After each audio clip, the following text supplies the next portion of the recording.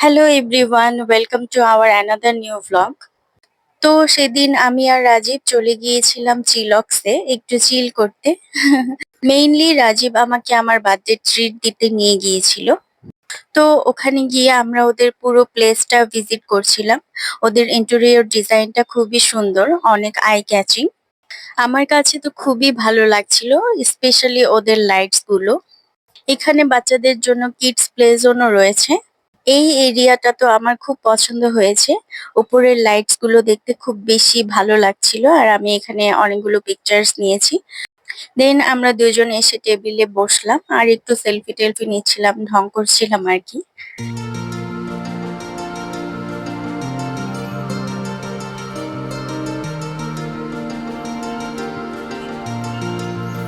দেন আমি menu check out করছিলাম আর রাজীব আমাকে জিজ্ঞেস করলো যে কি অর্ডার করতে চাচ্ছ।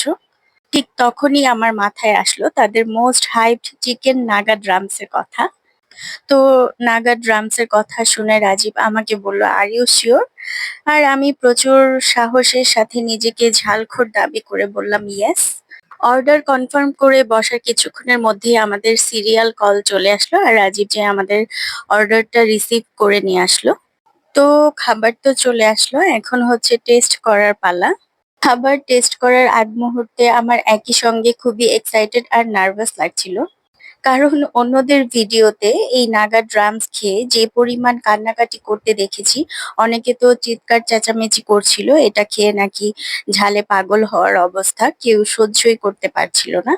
তখন ওই ভিডিওগুলো দেখে মনে মনে আমার রিয়েকশন ছিল এমন যে ইস, বেশি ন্যাকামি করছে, এই ঝাল তো আমার কাছে মানে কোনো ব্যাপারই না, আমি একদম খেয়ে সাবার করে ফেলবো এমন। তো ভীষণ ভয়ে ভয়ে বিসমিল্লাহ বলে আমি ফার্স্ট বাইট নিয়ে নিলাম। আর যখনই এটা মুখের সামনে নিয়ে ছোট্ট একটা বাইট দিয়েছি, এমন তীব্র নাগামরিচের ঝাঁজ এসে নাকের মধ্যে লেগেছে।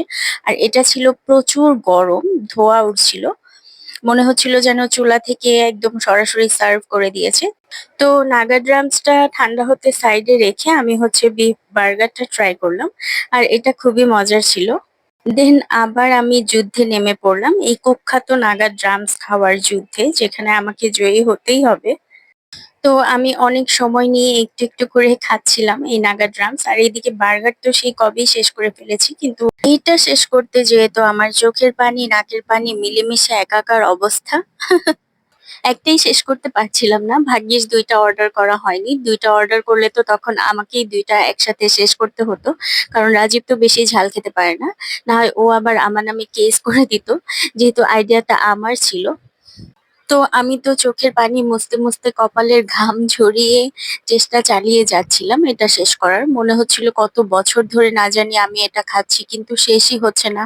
এটা কখন শেষ হবে আর কখন বাসায় যাব? রাজীব বারবার বলছিল হার মেনে নাও, কিন্তু না, আমি তো হার মানতে একদমই নারাজ। অ্যান্ড অবশেষে ইয়েস, আই এম উইনার।